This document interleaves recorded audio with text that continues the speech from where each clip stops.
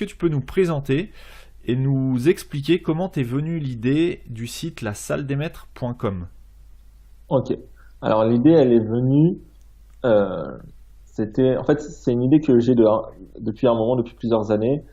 En fait, la base, on s'est marié en 2015 avec ma femme et on avait prévu de faire un tour du monde fin 2016, début 2017. Et un peu avant de partir, mi-2016, je lui explique.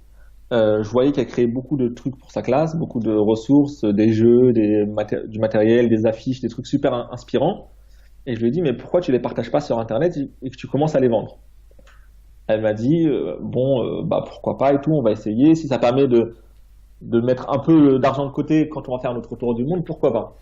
Mhm. Finalement, ça a super bien marché. Ce qui est arrivé, que ça a dépassé son salaire, etc.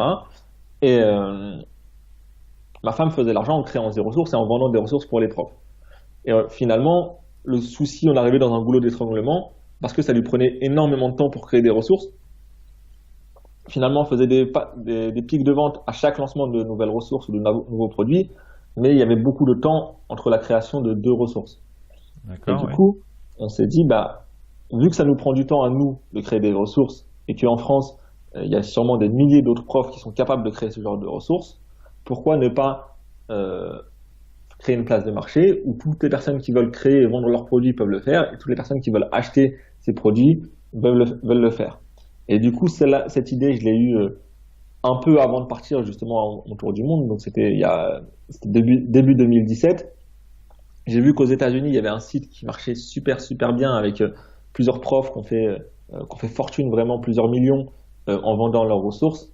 Et depuis ce jour-là, j'attendais qu'une chose, c'est de rentrer de mon voyage, parce que lancer un business comme ça quand tu es en tour du monde, c'est assez compliqué. Donc Oui. ça m'a mis un an où pendant le voyage, je faisais de la stratégie, je réfléchissais comment j'allais faire techniquement, je réfléchissais à comment j'allais pouvoir faire décoller le site, etc. Et quand je suis rentré, je m'y suis mis, on va dire un mois après, une fois que j'ai retrouvé une maison où habiter. Après, je m'y suis mis directement, quoi. Dès que tu as eu la stabilité en fait matérielle, tu as lancé le projet que tu avais pris le temps de réfléchir pendant tout ton tour du monde en fait avec ta femme. Voilà, exactement.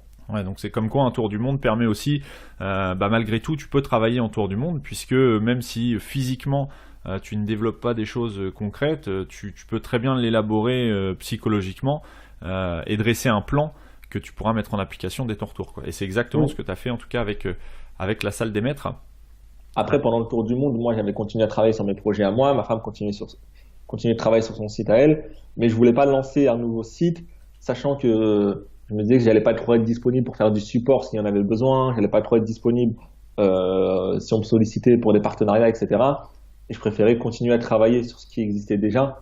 Parce que pour revenir sur ce qu'on disait tout à l'heure, c'est vrai que tu peux réussir à avoir des résultats sans travailler 8 heures par jour. Mais au début, quand tu lances un projet, il y a toujours un moment où tu dois travailler beaucoup. Et donc, j'avais pas beaucoup de temps à mettre justement sur ce projet-là au début pendant mon voyage. Oui. Oui, oui, donc tu as vraiment pris le temps de le lancer correctement plutôt que de le lancer rapidement, mais sans pouvoir assurer derrière les éventuels besoins de support ou autres. Exactement.